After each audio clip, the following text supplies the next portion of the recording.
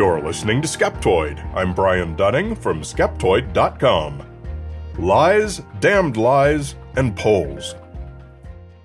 Your cell phone rings, and it's an unrecognized number. Let's say you're one of those people who lives on the edge and allows unrecognized numbers to ring through, and so you answer it. Surprisingly, this one is not a scam call, but it's the next closest thing, a pollster calling with a telephone survey. There might be one question, there might be 10. There might be a lightning round of demographic questions at the end of the call. And then you hang up and wonder what just happened. Because whatever you think may have been the purpose behind that survey, there's a very good chance that you're wrong. The difference between a poll and a survey is not really a hard and fast one. Both terms refer to the same thing, a questioning of some target group. But a poll is usually short, often with only a single question, and a survey is usually longer with multiple questions. There's one other important difference outside of the formal definition that's what we're interested in today, and that's how they can be used or misused. The proper intended use of polls and surveys are to learn something. A poll's a quick way to find out where people are at on some important issue, while a survey is a way to collect deeper information. Let's say you're designing a new car, and you want to know what features you should put into it. You're going to want to know what people like and dislike these days. You're going to want to know what they can afford. You're going to want to know what demographic will be interested in it. So you'd probably do a survey to ask all kinds of questions, so you can find trends in the data and get a solid handle on what you should be building, at what price, and for whom. Surveys are best for when you really want to learn something, especially nuanced information. You might have to pay people a few bucks to take the survey, but that's okay, because the knowledge is worth it to you. But let's say you're putting in a new sports stadium, and you've got the choice to build it in town or outside of town. There's no point in a long survey with a bunch of questions. You just want a simple vote from as many people as you can get. That's a job for a poll. You probably don't need to pay anyone to answer your poll, not only because it's so quick and easy, but because there are plenty of people who want their vote heard and are happy to give their opinion. A poll is also a fine way to learn something. It's like a hammer. Boom, you get one data point very quickly. But also like a hammer, you have to hit it square, or you'll bend your nail, or skew your results. That means you have to word the question very precisely. Here's a recent example.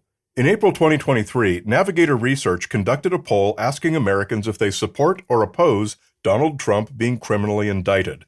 52% supported it, and 40% opposed it. But when they asked the same question, but this time including the details of what he was indicted for, support went up to 54%, and opposition went down to 39%.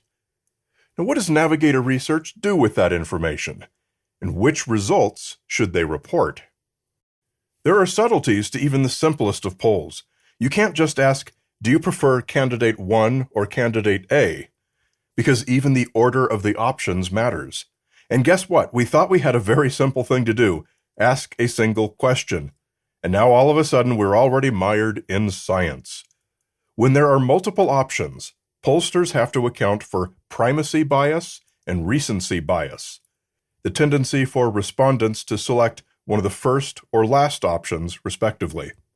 So the order must be randomized for all respondents. Primacy bias is the stronger, so when you only have two options, the first one offered will be selected more often, all else equal. So if you want to get the most accurate data, you need to put candidate A first just as often as candidate 1. You have to randomize. But that's just one small issue with polls, and it assumes the pollster is trying to collect accurate data. Are there any other purposes for polls and surveys, particularly in the way their results can be used? Of course there are. Learning something is not necessarily the reason many polls are conducted. Consider who hired the pollster and why they were hired. All the complications that can skew the results of a survey or poll are problems that knowledge-seeking survey designers have to be aware of and account for. But to the spin doctor, or the political campaign, or the think tank, or anyone else in the propaganda business, they comprise a toolbox of nifty little tricks to get the data to say what they want it to say. Primacy bias is just the beginning. Here are a couple others. Acquiescence bias.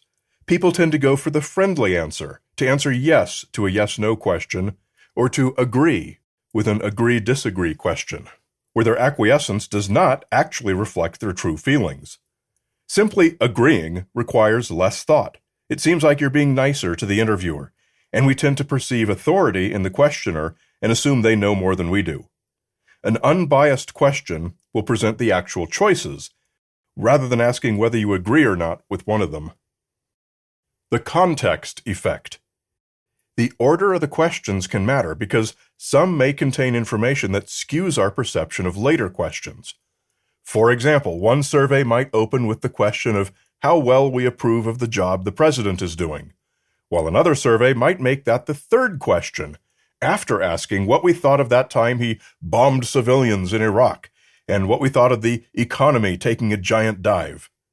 This second survey has primed us with negative information about the president before asking what we think of him. Typically, unbiased surveys use what's called probability sampling to determine who to poll. This means that the sample you select will, statistically, match the population at large. Two factors are needed to do this correctly. Number one, every person in the population must have an equal chance of being selected. And number two, you must be able to determine each person's chance of being selected. If both of these are done, then you can randomly choose which people to poll, via any method that actually is random, and be assured that your answers will be a true representation of the overall population's views. For example, in the 2016 Brexit referendum, pollsters failed to do this. They ended up oversampling younger and more educated people who favored remaining in the European Union, and undersampled older and less educated people who favored leaving. The resulting expectation was that remaining in the EU would probably win, though by a slim margin, when in fact the referendum went the other way. Non-probability surveys are those in which you're not trying to measure the whole population, but a deliberately targeted subset.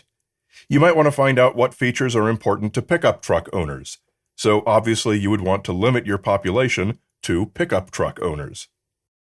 While there are countless legitimate cases for limiting the survey population, it's in other obvious ways that pollsters with ulterior motives can produce desired results instead of actual results. If I go to churches to ask whether people are religious, I'll be able to report that nearly everyone polled is religious. If I work for the Japanese Sumo Federation's marketing department, I might go to a sumo tournament to ask people what their favorite sport is, and guess what survey result I'll be able to publish. This type of population selection is called sampling bias, and it's used to fool the public all the time. A political candidate looking to report that his campaign is favored might have his pollsters go to one of his own rallies to conduct the poll. Recently, a religious anti-abortion group reported the results of a survey that found women do not actually want the right to choose.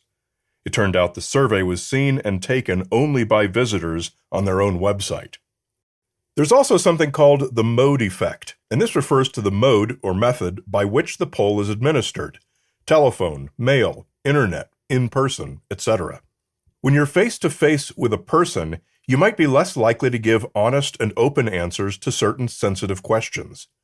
Pew Research conducted an experiment where they asked people about their financial status. When asked online, 20% admitted it was poor, but when asked in person, only 14% did. The 6% difference was a mode effect. When they asked a question that was not quite so personal, like what they thought of healthcare laws, no mode effect appeared. The mode effect can be used deliberately to take advantage of another common bias seen in survey respondents: social desirability bias, also called the Bradley effect, named after Los Angeles Mayor Tom Bradley, a black candidate who lost the election to a white candidate, despite leading in the polls. People tend to give pollsters answers that are more socially acceptable, such as indicating a willingness to vote for a non-white candidate. Then, when they get behind the anonymity of the voting machine curtain, they vote the way they truly feel, social desirability thrown to the wind. Let's say you're a pollster hired by a political campaign that wants to report that Americans don't care very much about social justice issues. You're well aware of the mode effect and of social desirability bias, so your best bet is to ask your survey questions in an impersonal way, like via mail or a website, so that people don't feel pressured to give more socially desirable responses. But if your goal is the opposite, say to report that social justice is more important to Americans than ever, you should probably ask these questions face-to-face, because fewer people are likely to admit in person that they don't care about women's rights, LGBT rights, and so on. There is an even darker side to the polling business, and it's called the push poll. A push poll is one where the poll itself is little more than a ruse. Probably nobody's ever even going to look at the responses. The most common type of push poll is one to trash a political candidate. The pollster might ask, "Would you vote for Joe Biden knowing he'd be the oldest man ever to take office?" You don't care how people answer. The whole point was just to raise alarm about Joe Biden's ability. One such smear campaign was conducted against candidate John McCain in 2000. Telephone pollsters asked probable McCain voters, primarily white Christians, "Would you be more or less likely to vote for John McCain for president if you knew he had fathered an illegitimate black child?" He hadn't, of course. It was just an attempt to scare away his voters. Now, this episode is not a comprehensive expose of the many ways surveys and polls can be used and abused to both inform and deceive us. My hope is that it is at least enough of a spark to prompt you to investigate further on your own. The more people learn to recognize when a survey is legit and when it's not, the better informed we'll all be, and the less effectiveness tools of the misinformers will have. Just remember, whenever anyone approaches you with a poll, your first reaction should always be to be skeptical.